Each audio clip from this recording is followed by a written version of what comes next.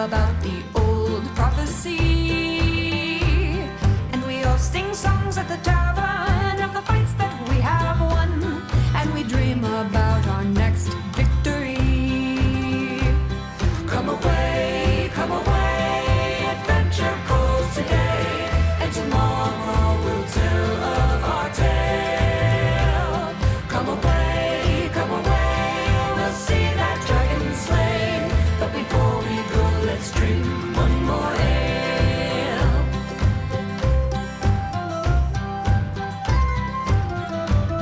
Well, we won't burn down the tavern like the times we did before.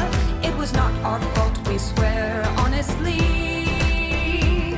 But we'll do our dance at the tavern with the bards who've traveled far. And we'll ask them of the places they've seen. Come away, adventure calls today. And tomorrow we'll tell of our tale. Come away, we'll see that dragon slain. But before we go, let's drink one more ale. I feel the call of the road far outside, and the glory that soon could be ours. Let's form a team and we'll take to the wild. And we won't burn down the tavern.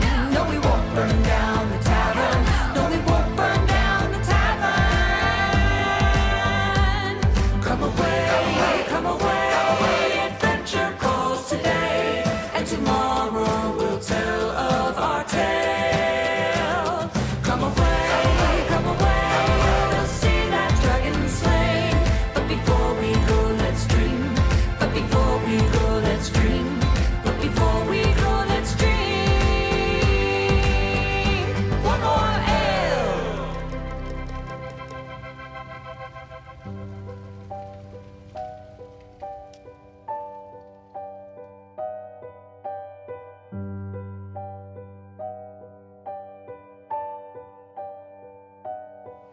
From the depths of the dungeons to the tavern brawls, save the king, killed a giant.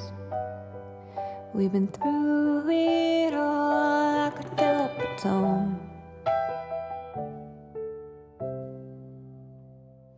but you're not coming home.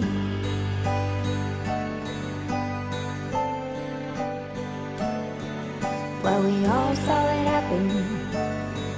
We're the ones you saved. Gonna light you a candle. Gonna tell your tale by the light of the moon.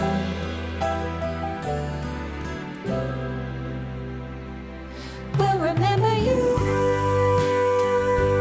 dying a hero. Tried to help you with that diamond, but it wouldn't save your soul. On that fateful day, the evil wizard came. Now everybody in this realm is singing out your name. Can you hear us sitting out there in the astral plane?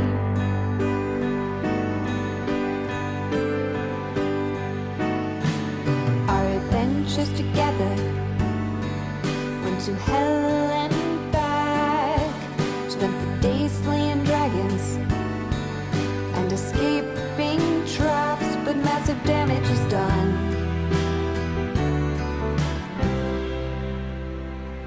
Now you're really gone.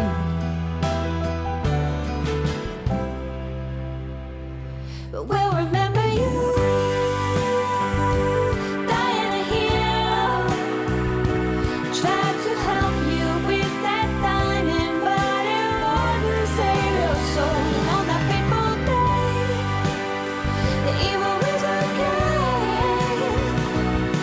Now everybody in this realm is singing out your name. Can you hear us sitting out there in the astral plane?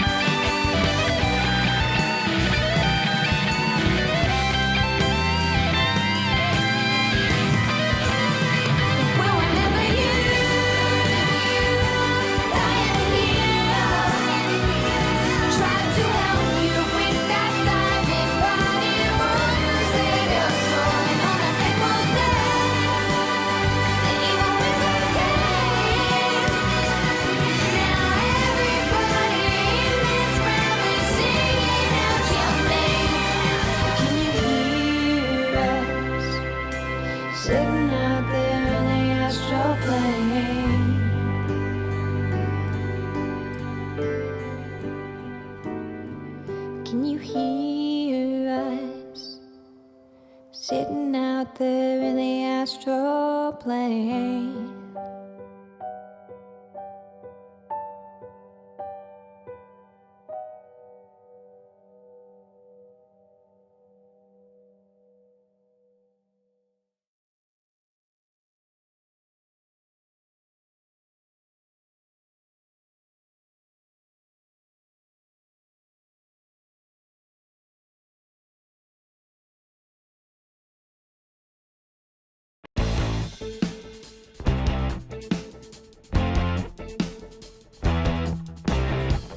Thousand years you've been reading terror,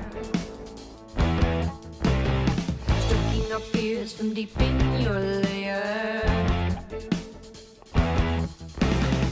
We're here to tell you that your time has come. This is our kingdom today. Who are the fools who would dare threaten me? Dragon can fall, we'll slay you with our mighty sword. Dragon can fall, your heart will soon realize.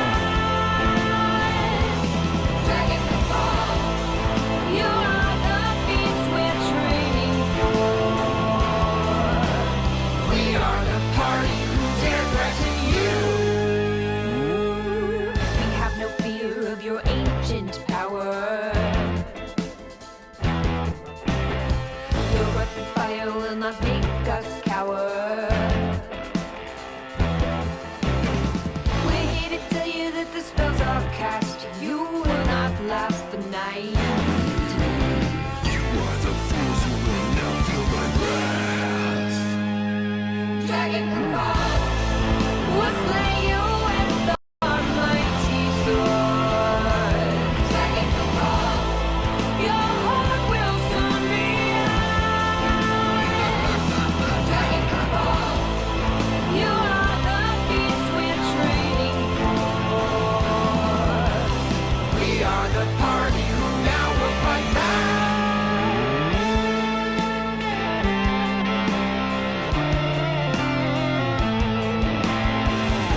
Quick, grab the magic bow. All distracted. You'll never defeat me, dragon.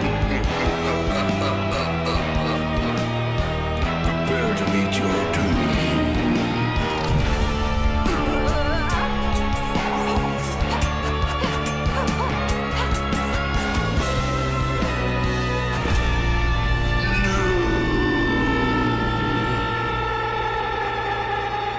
Dragon can fall. We slayed him with our mighty swords. Dragon can fall. His heart will now be ours. Dragon can fall. He was the beast we're training for. We are the party who claim victory. Oh, welcome everyone. Happy Wednesday. Welcome to Office Hours. I hope you all having a fantastic week so far. Let me know if I'm too loud, too quiet. For some reason, the settings never stay the same. I have a ton of good stuff to talk about. Also, thank you so much for all the love on the songs. I cannot wait to release that album. We want to do 5 more songs, so we're going to try to crowdfund it. We only got 4 so far. A little quiet, so go ahead and bump that up a little bit. That should be better for y'all, it looks like. Make sure I'm not peaking. I don't want to blow your earbuds or your speakers. Okay, let's go ahead and dive in. Office Hours. Okay. First, because I forgot last time. I don't want to forget this time. One of our dungeon masters did a very cool project at Gen Con last year. And we are partnering up with them for this year. Some of you might have seen it mentioned in the Discord. It's Death Wish 5e. Well, Death Wish, and this is the 5e version, but Death Wish kind of opens it up that it could be other systems in the future. But it's really cool. It's kind of like the idea of like True Dungeon, except tabletop. where people all go through like the same, sorts of adventures. They can get equipment, they can level up their characters, and they can bring those to the same adventures next time. We really love the concept, and it makes it really easy for us to be able to partner to use the stuff that we get at Gen Con, partner with one of our great GMs, Odd Squirrel. You can find them in the Discord, and they're probably here in chat right now too. They're doing a lot of the organizing, so we are just going to put our name behind it to help facilitate with space and all that stuff with Gen Con. And there's an application currently open to kind of apply if you want a GM for that. Should be really exciting. Let's see. That's weird. I got great stream stats going on. Loud and clear. It might be your connection, but because my stats look good, dreams and distracted. Interesting. I wonder what that could be. Everything seems fine on this side. Well, we'll have to figure it out later. Hopefully it'll fix itself. But yeah, so Odd Squirrel is running this fantastic program, Deathwish 5e. If you'd like to participate, check it out. Oh, just a video out of it. Okay, I wonder, let's try something. How about now? Is that better? Might be a hardware thing. Who knows? Who knows? Okay. Well, we'll just go ahead and reset that camera. Let's see. What else do we have?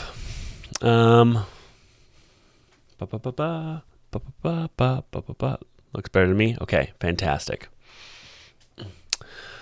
Yes, so if you are interested in participating at a Start Playing event at Gen Con, we're partnering with Deathwish. Odd Squirrel from the Discord is behind that, and there's a whole channel dedicated to it that you can check out, get questions, the whole rundown on it, and you can also apply. Let me pull up my notes. And then Odd Squirrel did tell me that to mention that they'll be reaching out to folks in February once applications slow down. So applications open right now, going to be open probably early Feb as well. But once the applications start slowing down, we don't get as many, then he's going to start reaching out to GMs. Okay. Let's see. That's kind of the big things. GMs, this is the time. Apply. Okay. Let's go ahead and pull up my next thing. Definitely. Ooh, affiliate GM program. Okay. So there's a lot of Kickstarters that they... let me put myself in focus. There's a lot of Kickstarters that will give creators... I see it. I see the desync. Lifeless Games, it is in the Discord, in the Deathwish channel. There are a lot of Kickstarters that pay creators a commission when their campaigns get funded, right? When people donate, and of course when they get funded. And so I was talking with a Kickstarter that's like, hey, we're looking to do a big push, and they wanted us to. They were like, can we sponsor an email to your GMs like that? And I'm like, we don't really do that. That's not like we don't do like ad spots or sponsored emails, or even really, like a lot of sponsored events. It's usually just partnerships. But I thought, if you wanted Kickstarter to be really successful, GMs are the arbiter of like what is en vogue, right? Like GMs, they kind of control supply of games. So I pitched them, was like, what if you just gave all of our GMs like the ability to be an affiliate? And I think they were like looking to do like 40% of like whatever is raised by GMs. And so I thought this would be kind of a cool thing for GMs to do, because they all have communities. They all have, and like a lot of GMs are becoming creators in social spaces. And so this feels like a nice ancillary way for GMs to make money. So what we're going to do is we're talking to them about creating this forum. We're going to test it out with these folks. They believe they did the Wandering Tavern and they have a new project. And so they're going to open up, allow any GM on the Start Playing platform that wants to be an affiliate to do so. And those GMs will get a sizable cut of any earnings that come into the Kickstarter through that affiliate link.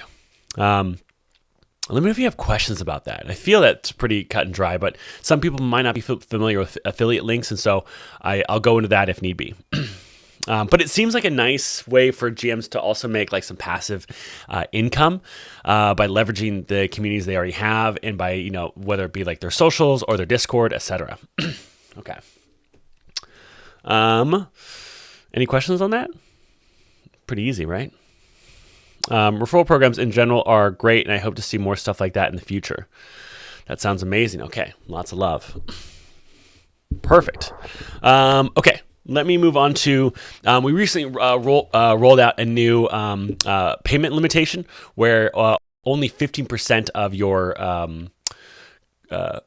if more than, so I got to remember how I said it. If you can only pay out 15% of a payout that has credit. So if you have $100 in payouts and $15 of it is from credit, you can pay out the entire thing. But if $20 is, then you have still $5 in credit left over in your payouts after paying out. Now, this is just like a standard thing that we did to combat a bunch of fraud we were seeing. Same thing when we had to stop instant payouts. We had to stop a bunch of fraud.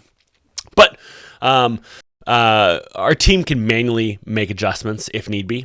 So, you know, like there was someone who's they forgot to cancel a game, so all their players got charged, and so then they had to refund them.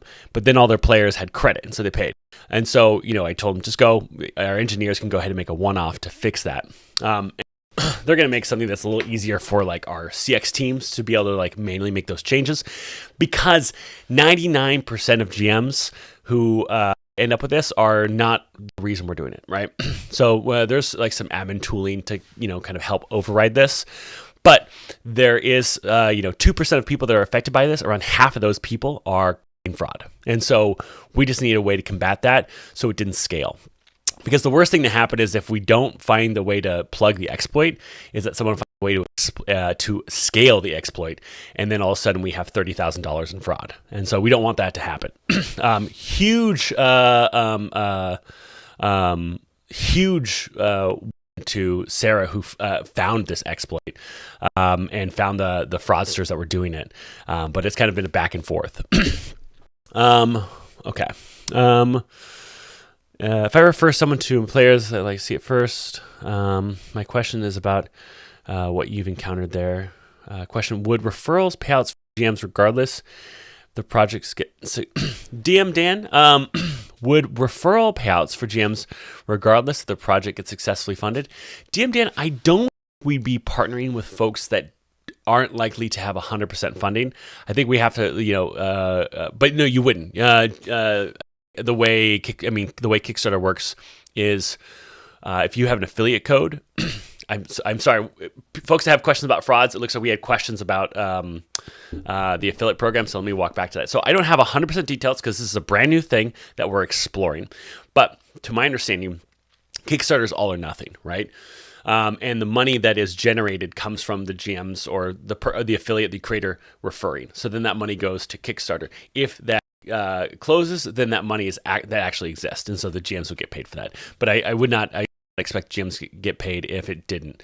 But hopefully, most days, if your Kickstarter isn't funding on the first day, it's not going to fund. Which is kind of crazy. Like, that's been the new thing. Like, for example, that you actually can't get press about your Kickstarter unless it's fully funded. You can get pre-press before it launches, but during the campaign, almost no one will write up about your project if you haven't already funded. Something interesting I learned the other day. Okay. Question. Question. Will free sessions stop asking credit cards info anytime soon? It stops me from getting a couple of reviews, as a lot of people in my country don't have credit cards. RFL Flintstone? No. In fact, the reason why we ask for credit cards, even for free games, is to identity match. So if someone we've removed from the platform tries to come back again, they will have to use a card that has matched their identity. Oh, I just disappeared. Oh no, sorry, that's so if you have been banned from the platform, we have an identity match on file, and so if you use a new card, that's still going to have an identity match to it, and so that's one of the reasons why we also take cards on free games. And if we were to create a whole new checkout for free games, that's a lot of design time, a lot of eng work that is for something that isn't actually generating platform revenue. So that's why we currently aren't doing anything removing the credit card requirement on free games. Okay. Any other questions on the fraud? Did you ban all the fraudsters from the sites? Yeah, absolutely. You kidding me? But yeah, so the fraud, yeah, so we saw some fraud. Sarah, fantastic, identified it, started tracking it, saw what was going on, figured out the exploit. And then Jared and Nate were like, okay, well, how can what is the best way to fix this? Because there's so many things people can do. And IP banning is really hard, right? You can ban someone's IP, but then like they can just go to a cafe and continue doing it. They can go to, there's so many things that can happen, right? So the best way to do this was the percentage of credit.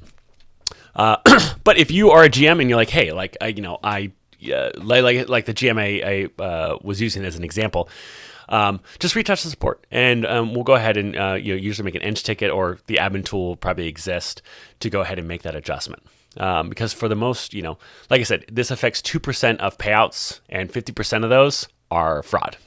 So it only affects 1% of GMs that are legitimate. Okay, let's see. Any other questions there? Brian, I am new. I have hosted 2 games so far. My profile does not reflect that. How can we fix this? Brian Allen, have you run, are they paid games? Free games does not count, because you can sort of unlimitedly farm free games if we counted those, because you could just schedule them, have someone in there, and you could just have 7 games run a day. Joshua A asks, were people manipulating the $10 referral program or something? It doesn't really matter. Just curious. Joshua A, so one of the things is I don't want to go on record where a fraudster can figure out what we know, and I don't want to share that. But there's a lot of stuff that we've noticed, and we just try to from how instant payouts works to how referrals work, how to credit works. So I don't want to go into too much detail, because I don't want them to know what we know, if that makes any sense. Okay. Uh-oh. Okay. You're out. Sorry. Valentine came back. All right. Dream says, question, I get a lot of gift cards, so if an email support about Dreams, you don't need to worry. You're fine, Dreams. More people are worried about this than need to be. It's a really small exploit that only affects a certain amount of GMs that are legitimate GMs. Question, as a new DM on the platform, what's the number one tip for finding those last few players? I would say I have a whole advice post. If you just go into the Discord, type !advice, follow all of that. Also, read through all the listing feedback. There's just so much good stuff that people are already giving feedback on that you can leverage. Okay. I know, she was here for a second. Valentine!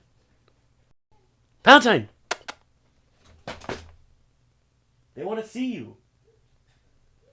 They want to see the dog. Come here. Oh, yes. Valentine, the world wants to say hi to you. There you are.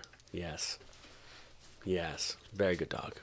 Yesterday was her gotcha day, or earlier this week. Okay.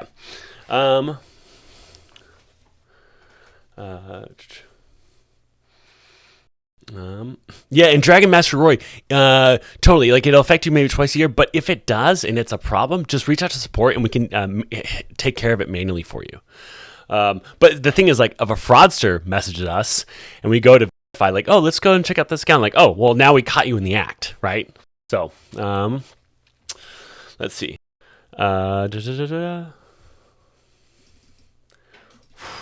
SEO. Do y'all remember when we were talking about SEO? Hold on one sec. afterwards. Okay, I love you.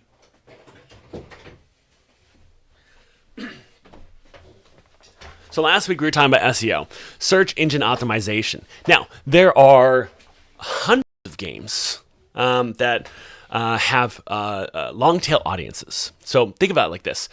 Call of Cthulhu does not have the same organic traffic that Dungeons and Dragons has, right? Monster of the Week doesn't have the same organic traffic that has, but they all have this organic traffic. There's audiences looking for these games. So we're building a series of play pages. I've shown this to you. You guys have seen it. You guys have seen the reviews on them. We're launching new ones every week. 100 just launched, like another 5. But the goal of that is to get long tail keywords and hyper specific keywords for all these different things. So we're launching 100 play pages. The play pages will be everything from D&D and D&D modules, Pathfinder and Pathfinder modules, and then our top 100 most popular games. So, for example, here's some of the ones that we're going to be. I'll tell you some of the ones that we're working on. We've launched Lancer, Vampire, Starfinder, Fallout, Masks, New Generation, Cypher Systems, Warhammer Fantasy Role-Playing, Tales from the... Oh, no, we haven't done Warhammer or Tales from the Loop yet. Star Trek 2E, Pathfinder 2E, Pathfinder 1E, Monster of the Week, Marvel Multiverse, Dragon, D&D 5e, Cyberpunk Red, Call of Cthulhu, Blades in the Dark, Avatar Legends, Waterdeep Dragon Heist, Vecna Eve of Ruin, Tyranny of Dragons, Tomb of Annihilation, Wild Beyond the Witchlight, Storm King's Thunder, Seasons of Ghosts, Lost Mines of Phandelver, Icewind Dale, Ghost of Saltmarsh, Dragons of Stormwreck Isle, Dragons of Icefire Peak, Curse of Strahd, Baldur's Gate Descendverse. there's so many. And then we're also, we're going to do Scum and Villainy, Girl by Moonlight, Urban Shadows, Alice is Missing, Brindlewood Bay, Die RPG, Fablecraft, Kids on Bikes, Kids on Brooms, Dungeons & Dragons 3.5, Dungeons & Dragons 2E, Savage Worlds, Werewolf, Apocalypse Keys, Gatewalkers, Fabula Ultima, The One Ring, Walking Dead, Thirsty Sword Lesbians, Delta Green, Cyborg, Death in Space, Mork, Kingmaker, GURPS, Dungeon Crawl Classics, Dungeons of Drakkenheim, Outlaws of Alkenstar, Strength in Thousands, Fists of Ruby Phoenix, Legends of the Mist, Abomination Vaults, Pirate Borg, Dune, the Adventures of the Imperium, Candela Obscura, Daggerheart, City of Mist, Vaesen, Tales from the Loop. So many are going to have their own landing pages. Now, Ross, great job at asking that question. Can we get a full list of those somewhere? You will. In fact, right now we are working on the directory page for game systems on Start Playing. So there's going to be a page that you can look at, and it'll have essentially kind of like, you ever look at Twitch categories? Has anyone ever looked at like browse Twitch and you see all the different? It's going to be kind of like that. It's going to be just an entire directory of all the different game systems on Start Playing that you can browse through via icon. Is that a Pokemon rap? Please breathe. So there'll be a whole directory page where you can browse through all these different games. Now this will be cool because this will allow us maybe in the future to filter games by genre, and you can look at all the games, at a whim. Also, games will be ranked by popularity. So whatever's in the top left is the most popular. Whatever's in the bottom right, least popular. Brent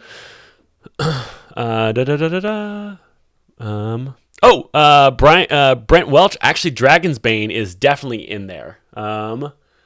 If I didn't mention it, that was by mistake, but Dragon's Bane, pretty sure. Let's see, find Dragon.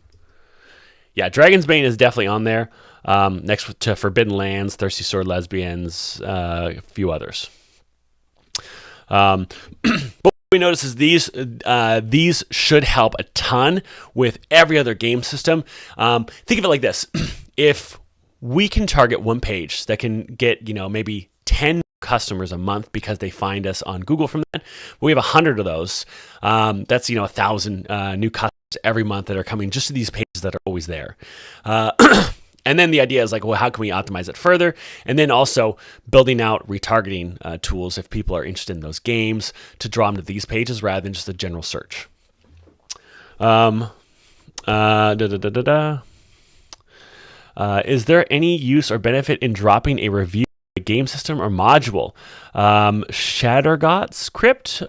Yes. So a few things. If you have a long tail keyword that someone searches, like let's say that you were commenting on Shadowdark, and its use of torches really allows for like an old school feel of the original D&D, and that's why you like it so much.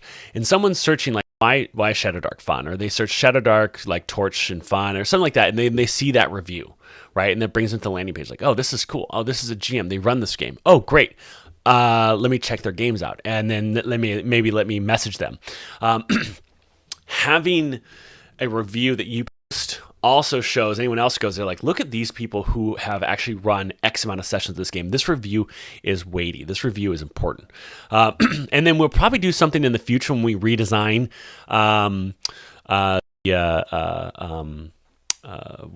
the Game Master profile, where we leverage the reviews that GMs have added to different game systems. When we also say like, oh, this GM has played, because you know when you fill out the different games you can run, we want to start putting stats of how many games you've run of those. So you've run like 30 games of Shadowdark, you've run 100 games of D&D, you've run 50 games of Candelia Obscura, and you've run 10 games of Fiasco. And showing that, and then showing that you have reviewed them as well. Okay. Remember, if you have a question, type exclamation point, type question in all caps so I can find it.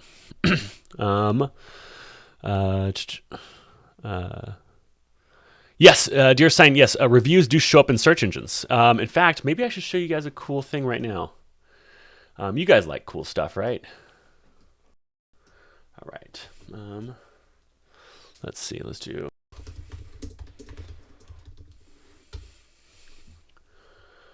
Ba-ba-ba.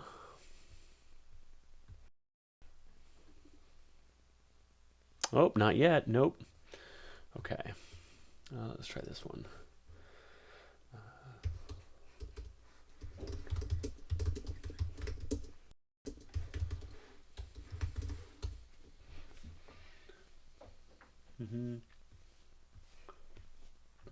No, so some of our play pages don't have. Usually, when you Google things, if there's reviews on that page, it'll also show you the star review in search. But we don't have enough reviews on most games for them to show up yet. Let's see. Let me try one more.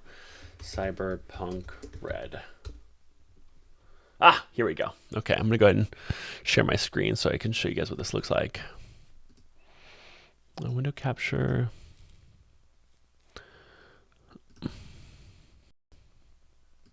Okay. So you see this. We have Cyberpunk Red. Go ahead and move this over.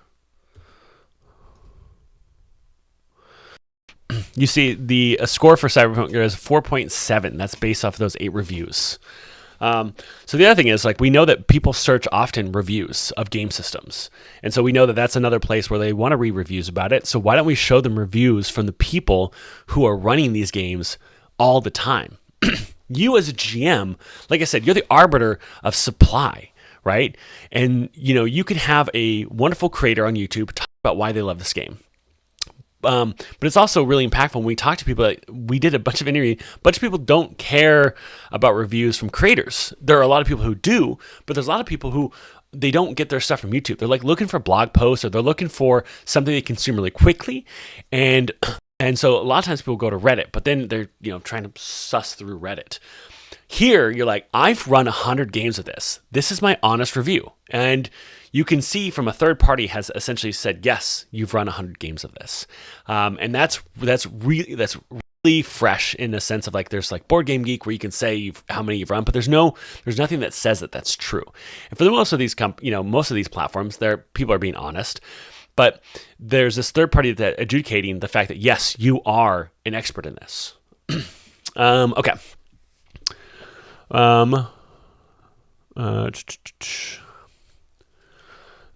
Congrats to B for a 6-year campaign. Lifeless Games question: would you recommend new GMs start with more popular systems to get eyes on early? Excuse me. Lifeless Games. Well, I would run what you're going to run your best game ever with. That's the advice I always give.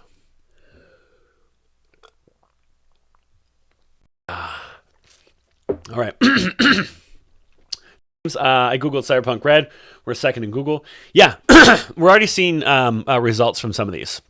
But the longer they're around, the better. We're also launching 300 new articles on the blog that are all targeting high intent keywords that are also referencing these play pages to give them a lot of domain authority and to also a lot of interlinking. Okay, let's see. Let's move on to next.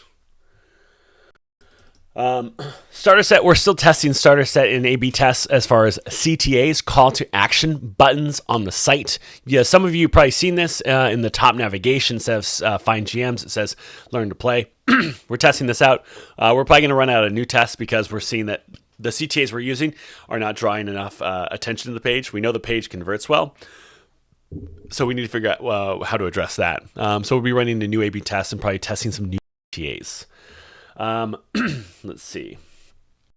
We're going into a new project of matchmaking. What is matchmaking? Matchmaking is making sure when I say matchmaking, one comes to mind for you, but as an internal tool, it means something else to us. So matchmaking is getting a new player with the best possible GM so that they have the best possible first time experience so they become a longtime player on the platform. So let's say it takes us $50 to acquire through social media, right? That means it's going to take 9 months to earn back what we spend on that customer before we make any profit, right? So we have to make sure that that customer has a fantastic first time experience so that they want to stay with the platform for more than 9 months. Now those are just some general numbers. Those aren't the exact. I'm just trying to frame it so you understand what I mean. So there's different metrics that we measure on the back end. These metrics we don't think are 100% crystal clear or accurate. Things like reliability. For example, what is the true reliability score of a GM? It's really hard to tell, right? Because what if a player is sick and they cancel, right? Well, the reliability score is of that session then, or that game, not the GM, right? But maybe the GM cancels a lot, so the GM isn't very reliable. Most of the people who show up to office hours, you are the people who are really reliable. You're the people who are canceling sessions when you can't make it, so players have a heads up. You're the people that are going up when you can. And there are other people that don't bother to come to office hours. They don't bother to up level their skill because they're the bottom 10% and they aren't taking the role of a professional dungeon master with the level of professionalism that you are. So we're going to start letting game masters and only game masters see their reliability and onboarding and site retention metrics. Now, these will be just viewable to you yourself. They won't be viewable to anyone other than yourself. Because what we need to do is we need to figure out, why are these stats right? Where are these stats missing stuff? So we'll probably send out some surveys after we start showing these to you so that you can also say hey, I think this is wrong because of X, Y, and Z. So we can start kind of taking that into account. We got some questions already. All right. Let's see. So Master Dracopoulos, what about new games and systems? I saw a cool Kickstarter from Matt. What about them? You tell me. I don't know what you're asking. Dreams. Someone was curious about the starter set. Are y'all going to have seminar webinars to teach GMs Roll20? Dreams, probably not. But if a GM out there is industrious and wants to start running Roll20, Learn to, I think that's a great idea. Let's see. How should I go about advertising my games? I've tried Discord Roll20. Addy Tulta. I would recommend heading to the Discord with this. There's a lot of opportunity to use the listing feedback, to also check out the !advice command for the blog post that has just tons of super valuable insight. Sorry, Valentine's barking up a storm. On how to create your best first listing and just the steps. And then if you haven't, make sure you take the onboarding. Take the onboarding webinar. Okay, I want to get back to questions specifically about this.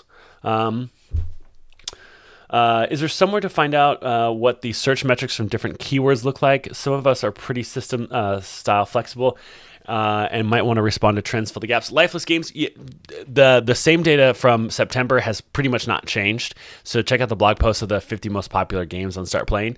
They're still the same. It's maybe shifted 1 to 2 in another direction, but for the most part, it's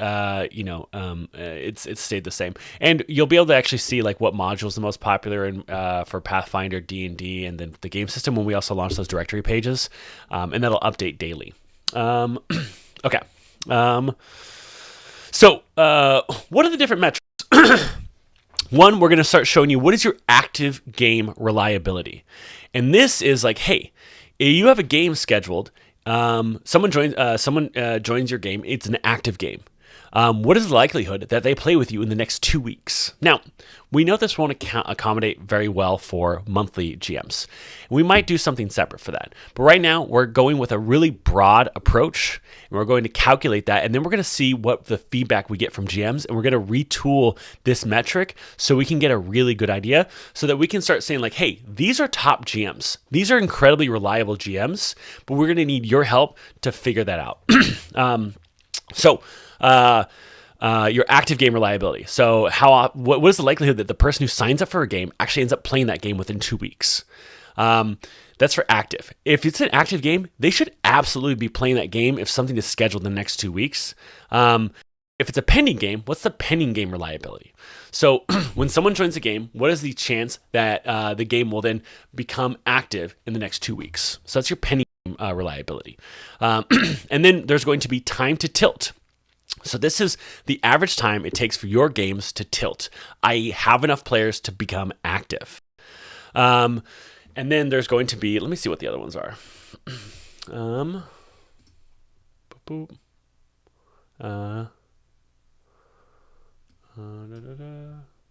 we go, Nick. What's the other ones? Ongoing reliability. Ongoing reliability is someone was just in, someone's in an ongoing game with you, charged. What's the likelihood they'll be charged in the next 2 weeks?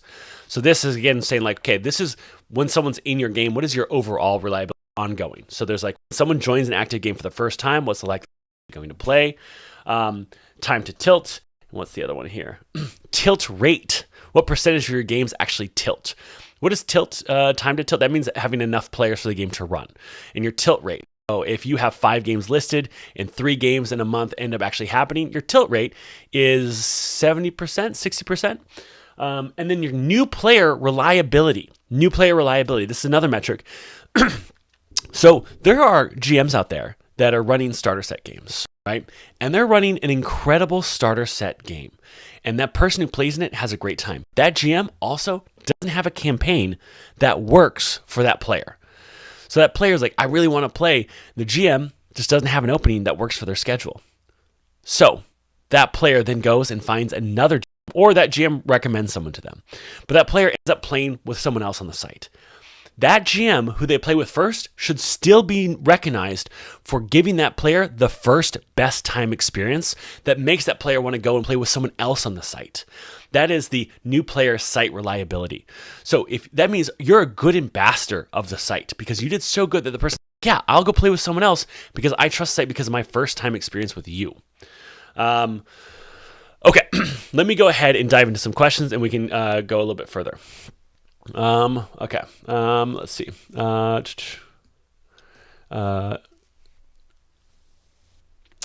Leland Vaughn, is there a way that we can bring up new banks? That would be a Stripe question. We have no control over Stripe. We're still a small fish to them. So Leland, if you want to advocate for that, I feel free to reach out to Stripe and tell them, and they can start looking at that. But it's not we have control over. We have continued time and time again saying like that's, we really want more support from more countries. Faux Phoenix question: what are the benefits of showing GMs these stats? What can we do with that info to be better GM? Faux Phoenix, if you have a 50% reliability rate, you're not a very reliable GM. Now, I'm not saying that you have that rate, but that shows that like you have a lot of opportunity to improve because the best GMs that have the highest retention and then also have the highest tilt rate, which we've noticed on our back end, have the highest reliability. So if you can find a way to improve your reliability, which also means planning your skips out, and here's the thing. Our best GMs also get sick. Our best GMs also have to make last minute cancellations. So there's no one that has a perfect reliability score, right? But we do know that the best GMs are in the 80 to 90 or 80 to 100, right? On average. And so if you're not in that range, then you can start realizing okay, well, maybe I need to be better about planning, or I need to be better about when I'm showing up or when I'm scheduling. And so the higher these stats are, the higher likelihood that your tilt rate is also going to go up. You could also then start planning out if you have a really high tilt rate or you have a really low tilt rate. You can decide when you want to open up games, and also you can tell players hey, listen, my games usually fill in 6 days or fill in 10 days or 20 days. But you'll start having that information of when your games usually fill. Hobard question: reliability is part of matchmaking. Is there going to be an additional structure to matchmaking, like a survey as the player logs into match tags like storyteller and teacher? Hobard, so we've thought about this, but there's so many people that have done this that have never had success asking the player, tell me about you, and then I'm going to match you with someone. I've seen a lot of apps promise this, but none of them have found any traction or succeeded. So that is one reason why we haven't pursued that too actively. What we hope to do is maybe get really good at matchmaking based off of what we've seen people play, like getting that play data. So if you, let's say you play a lot of Call of Cthulhu, right? And you play with a GM who runs Call of Cthulhu, and that GM, a lot of players say this guy's great with ambient sounds, this person's great with this and this. And then we kind of know this player loves this because I've given them 5 stars. I played a lot of games with them. We might recommend to that player, hey, here's this other GM that we think you'd like because they also hit those same stats that they enjoy in their other GM. So things like that are what we're hoping to make it easier so the player doesn't have to say, I like this, because what we've noticed time and time again is players will say, I like this, but that's not what they're looking for. There's an old Pantene Pro V study about this I can talk about later. But yeah, so Matt, we're more interested in the idea of personalization and recommendations rather than a traditional matchmaking where you fill out a survey and then we try to match you with people who have the same survey responses. Let's see. Shotgun. Dumb question. I got a couple questions from my fellow GMs about how I run Call of Cthulhu games. If I do a seminar about it, would it be useful for people, or are they just I don't know. That's for chat to decide. What's the best way to communicate thoughts on the data we receive as it comes in and we form opinions? Josh, so I think we're going to start sending out surveys. That's kind of what we're considering. And I think we'll probably have maybe a forum post where you can give live feedback in the Discord as well that we'll collect. Fulton, my tilt stats are going to be slow. Running less popular systems means most stuff doesn't go off. Meme question. Dark mode win. I actually think dark mode is probably going to come this year. We are hiring another designer. We've been doing a lot of interviews. And once we land that second designer, it's going to help a lot because we can finish converting the rest of the site to Magic.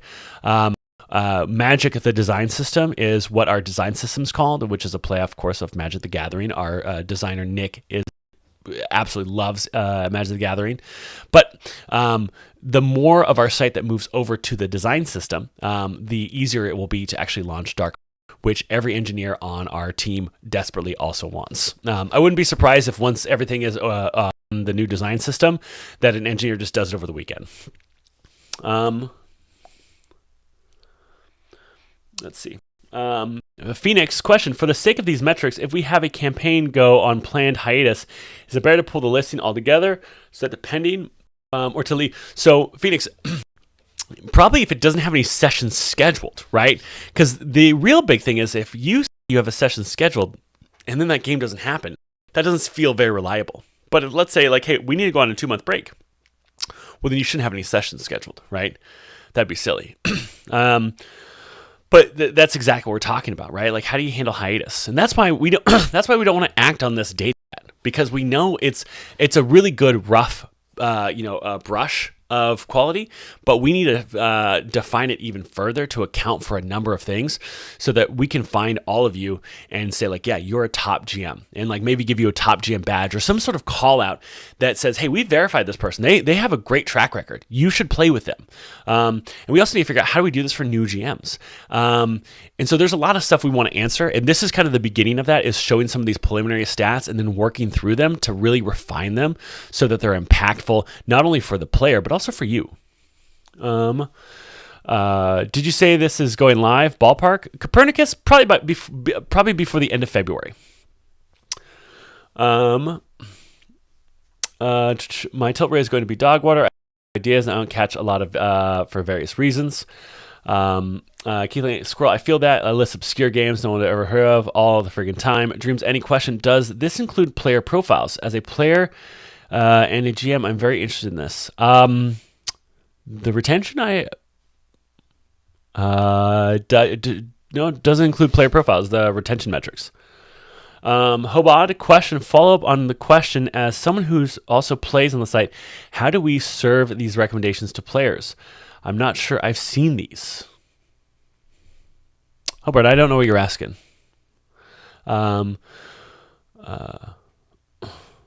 Antonio, will the month be taken into account as this affects fill rates? Yeah, so the data is going to be calculated the same way we calculate response rate.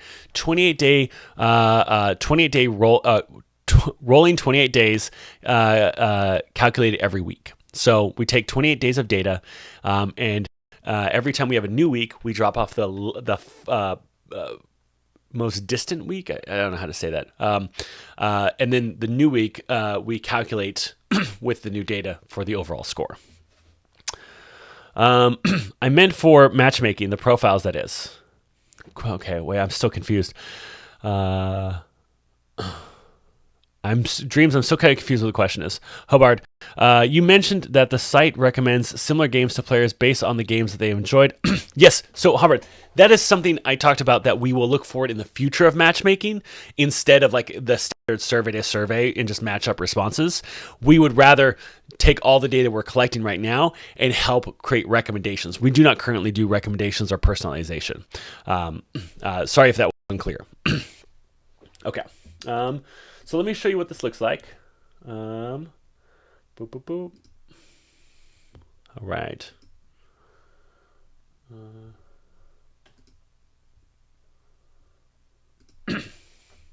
There we go. Okay. So this is something we'll be launching, the Insights tab. You'll see here your active reliability, your pending reliability, ongoing reliability, time to tilt, new player reliability, and tilt rate. And this is the stuff that we are starting to realize, like, hey, this is the best GMs excel at these numbers. And so we want to figure out how can we show this so everyone else knows, and maybe even show like, hey, this is the number to hit for. Like you're 10 away from a brilliant score. Dear Sign, will we ever get stats on how many GMs are from each country? I'd love to connect with other GMs from my country, Romania, but I only know one other. So I don't, we might in the future like have a flag that shows like where a GM is from. I think that'd be really cool. I don't know if we're going to say like, we have 100 GMs in Romania. We have, mainly because that's proprietary and we just don't want to like give a competitive advantage to anyone, but we definitely might make it easier to find those folks, especially if you go into in-person stuff, that might be easier. Okay. Odd Squirrel question. How will 1 month rolling data account for games that take longer to fill? It's not uncommon for a game that takes 2 months, for example, to tilt. So if it's rolling, it says it still hasn't tilted. So that means in that 28 days, the tilt rate is, if you only tilt one game, your tilt rate's 50%. So it would just take in whatever data it has for that month. It would lose the data from the previous month. So if the previous month or the previous week, the most past week had a 0% tilt rate, that would fall off. And if the new week that came in had a 50% tilt rate, then that would be calculated in with the other 3 weeks of tilt rate. Okay. Dreams. I meant, will players be able to have profiles with info on their preferences on SPG as part of matchmaking? Sorry, confusing. Maybe, but right now, like, that's not what we consider matchmaking with this sense. It's more like the matchmaking, the onboarding, making sure they get with the right player or the right GM. But I do want to launch player profiles. I want player profiles to include like cool badges that GMs can give them. Which is kind of like accolades like GMs get, like great at the rules, knows the rules, good at ambient. I want GMs to be able to give that to players, and I want you to be able to see all the players' reviews and then the kind of player stats. So players can be like, oh, I played in 100 games and start playing, and I want players to have full profiles. Dear Sign, we already answered that. Admiral Adventures, transparency is everything if you want to keep good DMs on the site. Is there a plan to allow DMs to deep into the data that drives this metric as seen on your display? Well, you'll have it. This will be on your display. Admiral Adventures. Faux Phoenix. Will there also be a tips section on the page to give them tips on how to improve these areas they're lacking? Faux Phoenix, yes. That's actually something that I was just talking to Nick about.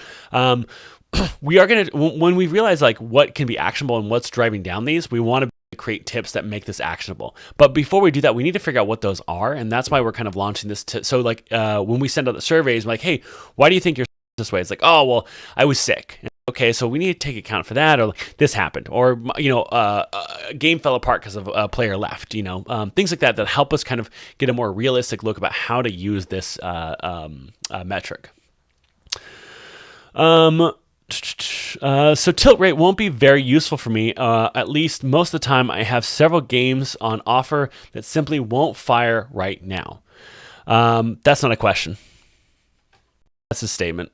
Copernicus, would tilting matter if you get 0 signups? I am constantly switching out games every 2 weeks to try to get signups. Copernicus, I mean, if you realize that you made a change and then the next 2 weeks you started getting a higher tilt rate, I think that you realize that you impacted your tilt rate with the decisions you made. I mean, here, if your tilt rate goes up because you've changed something, that's, you can tell that like, okay, my tilt rate has gone up because I've changed my listing or because I launched a game, things like that.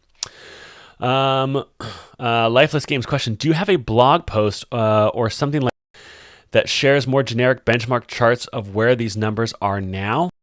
No, but that's actually, that's not a bad idea. I might get with Nate to do that. Nate is, of course, not only just my co-founder, but he's also the resident data scientist. So he might have some good stats he wants to share. Question: I get that tilt rate is a number. Will we be able to see all the data in equations that generated that number? Oh, yeah. I mean, we're just going to tell you we generate it. So right now, it's essentially if you someone signs up for a game, are they charged in the next 2 weeks, knowing that there's a game scheduled? That's like the big thing of it. On pending, it's just like I sign up for a game. Pending game, what is the percentage that it becomes active? But we'll have a whole like article that it kind of explains these two. I prefer some metrics that only GMs can see on player profiles, like games dropped after one session, complaints from other DM notes to show how they play. Currently, player profiles are useless. All right. Let's see. Question. So sorry to have to leave and just come back for exactly what exactly is tilt rate. Sorry for making you repeat yourself that much. Okay. I will say, Cheyenne, tilt rate is if I have 2 games. In one game, both games are pending, and game 1 ends up having enough players that I set to active, and game 2 doesn't. I tilt rate because one game tilted, filled up with enough players to play, became active, and the other game did not. I hope that answers your question. Okay. What is the last thing I wanted to go over? I had it in my... Oh, okay. Okay. So, D&D 5e 2014 and 2024. It's the bane of the database. How do you okay, hold on before I get into that. Lifeless Games has a question. You mentioned reviews of systems. Where do you go to do those reviews? The system review page. So, let's go here. Right? Okay. Let's go. I'm going to go to Cyberpunk Red. Here's the Cyberpunk Red page. here are the reviews. You can just click review. Boom. You want to find out page and boop, back to admin. Boop. Go. Boom. Right here. These are all of the play we have right now. Okay. And Admiral Adventure says it should be 6E. Someone else thinks it should be 5.5. Some of you say, listen, it's the bane of the database. Because technically, I do not feel 5E should be bifurcated by default. I think it should be something that you have to then decide between if you have a specific choice. Talking to a number of players, like, I don't care if it's 2014, 2024, whatever the GM wants to do. But some players, I only want to play 2024. I don't want to learn the old system. And some people are like, I don't want to learn 2024. I know 2014, I want to stick with it. Right? So you got 3 people. 1, they don't care. The other 2, they care deeply. They want one or the other.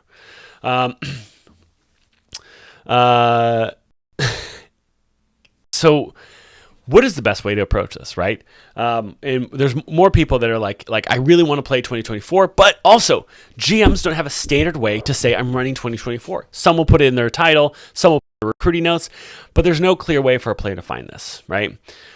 So we've been working on like, how will we actually solve this? Because it's not truly its own system, right? It's not really 6E, it's not really 5.5E, because nowhere out there is D&D using that language. So if I decided we're going to call it 5.5, that's going to confuse a whole lot of people that have no idea what 5.5 is. They're looking for the 2024 edition. So we've come up with a solution that we're going to be exploring. And I'm going to share it with you. So right now, let's see. Boom, boom, boom. All right. So this is what we're going to be doing. Ignore my janky mock-up. So what we're going to have is we're going to have a parent, which is Dungeons & Dragons 5e. You can select this parent. That's where it says Dungeons & Dragons 5e. Or you can select a child, which is Dungeons & Dragons 5e 2014. Or you can select the other child, Dungeons & Dragons 5e 2024. This means Dungons. I know I spelled it wrong. Whatever, it's a mock-up. But this way, if you don't know which one you want, you can just select 5e and you can see everything. Or you can select 2014, or you can select 2024 if you want to bifurcate further. If you want to more of a severance experience with your D&D. So, oh my gosh, it's so funny. Like the small, here's like, it is a small change. It is a big problem. It's not a big problem. It's just it's a problem that doesn't have really nice solutions, right? Now, we were looking at another solution where you just choose D&D and then you later choose the rule set, and you could say D&D, but then you want 1E, basic, 2E, 3.5, 4E, 5E, and 5E 2024. And we decided to get rid of that because 5E 2014, 2024 are not different editions. They're just versions of the same edition. So yeah, yes, it does not like it. Wow, I'm so glad you guys like this so much. So yeah, this will be something we'll be rolling out probably sometime in February. Acceptable, except for the spellings of Dungons. Let's see.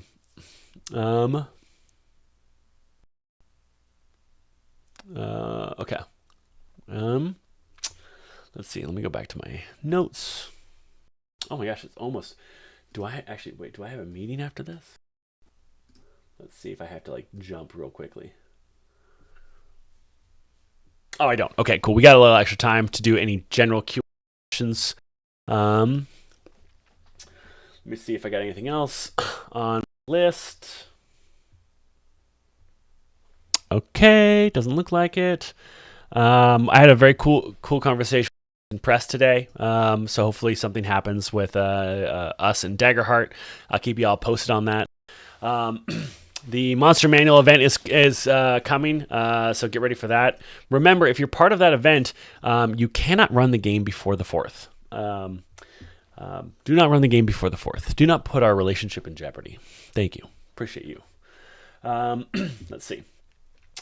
You already know that there's going to be a profile revamp. There's going to be a homepage revamp. I wonder if I have it. I wonder if, let's see. There's nothing too new with that. Let's see. Oh, we do have some new swag though. I'm waiting on a sample to arrive. New swag coming, new merch. Okay. I think we're now going to go to just general Q&A. I'm going to show you quickly one more thing. That this is going to be like one of the homepage modules for mobile, but you'll be able to see all the modules. You'll be able to see Curse of Strahd, Theros, like all the adventures you'll be able to see. So that'll be coming soon. That's cool. Okay, cool. Let me go back and find the chat.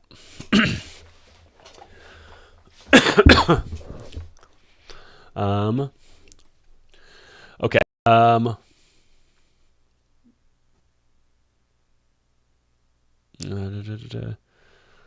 Question: will this include tags on our games to differentiate? Oh my gosh, GM Ryan Adams, what a good question. Thank you for asking that. Yes, so we will probably backfill that everything will be 2014, and we'll announce the day that we're doing it. So you can go into your template and just change it to 2024.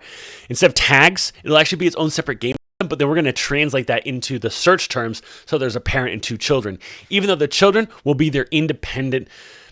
I'm not going to get into the technical side of it, but you'll choose it when you choose the game system. Okay.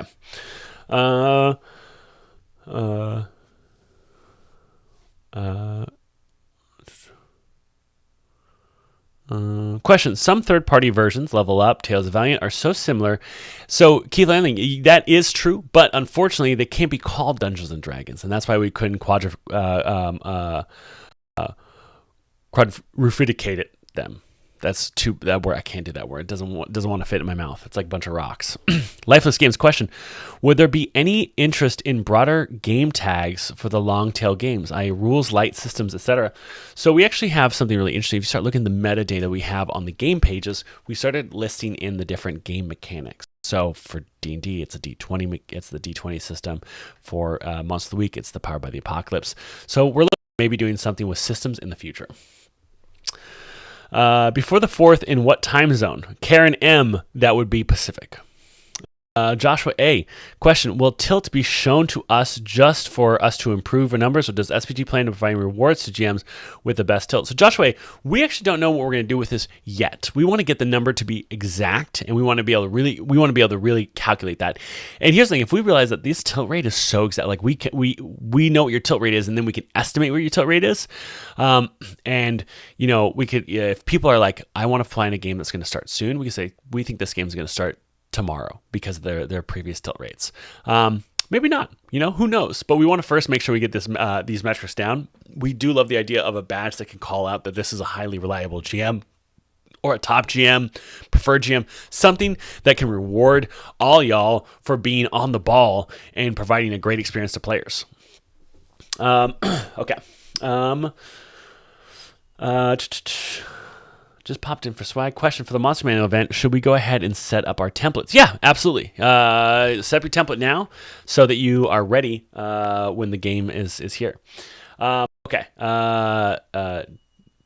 Dodekeka for Cated D&D. Roll a D20 to decide which version we're going to play.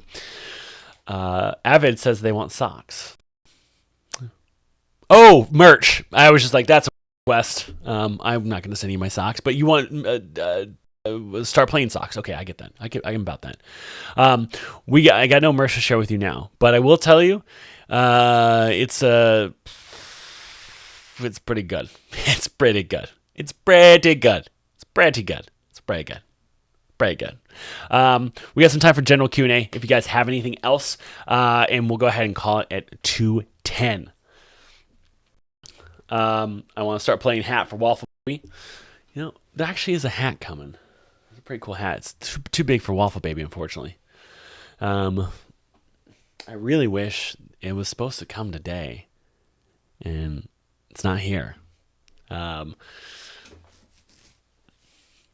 I want to show you guys. I want to show you. It's very cool. Ah, that's so dope. Maybe I should just show you maybe I should show you just like a little preview, like a little one. Do you guys want a little preview, or should I wait? You tell me. Simple Fox, any ETA on the album or Spotify release? So first we got to do like a Kickstarter, so because we want to release another 5 songs with it, and or maybe at least another 3, but each song costs us $1,500 to produce. That's to pay everyone for their time, to rent studio stuff. We want to get enough interest so that we feel like, okay, cool, we can at least make another 2 or 3 songs. And then of course we make them DMCA free so that you can use them in streaming or any of that stuff too. So that like you're like, oh, I want to use this in, but you just have to give credit. Like, oh, I want to use this in actual play. Cool, you can, okay. Let's see. Question: will there ever be merch that can come to Europe without instant shipping prices? Dear Sign, what I would suggest is getting with all the other European GMs and just making a bulk order with the other European GMs. Because I can't do anything about UPS. They won't listen to me. I have no control over them, or the Royal Mail. Actually, that's what takes from UPS to Europe.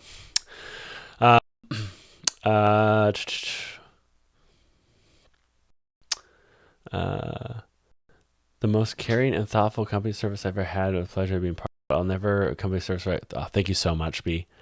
Will we be seeing analytics for listings like impressions, bounce rate, time on the page? Tomer, unfortunately, we don't have the bandwidth. We're not big enough for that. We would have to have a team that's pretty much dedicated just to those metrics, because when you think about like how many GMs there are and like metrics for like reliability, that's pretty manageable because of how many GMs there are. But when you think about how many games there are, then that's like 17x. It's insane. And so we just don't have the manpower to actually like maintain that. But that is something that we definitely see like in the future of Start Playing. I mean, we want to be able to service 1 million game masters, and we will absolutely have some really cool metrics that show like your conversion rate for different games. Okay.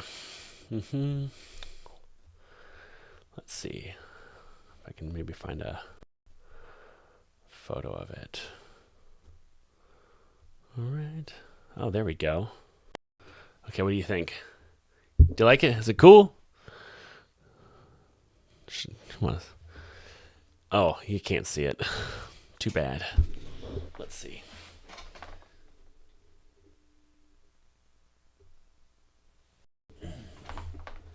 Like that. So,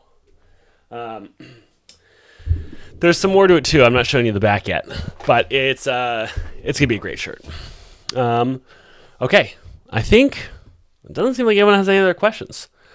How do you have such a spectacular beard? It's just having that positive attitude. No, it's genetics. That looks cool. Yeah, we're definitely going for band tee of like a metal band. It's gonna be cool. Wait till you see the back, team. Wait till you see the back. I'm so excited. All right. Well, I think we're set. I'm gonna let the jams play y'all out. But I will see you all here for the next office hours in 2 weeks. We'll be back. Actually, no, we probably won't. I probably won't see you. I'm actually going to be stepping away from Start Playing for 2 to 3 weeks to welcome in the first the heir to the Start Playing empire, my first child. So we'll be putting pause on office hours for a little bit as I just take care of that. But I'll be back after I get him on his feet. Thanks so much, team. I will see all of you in the Discord. Bye.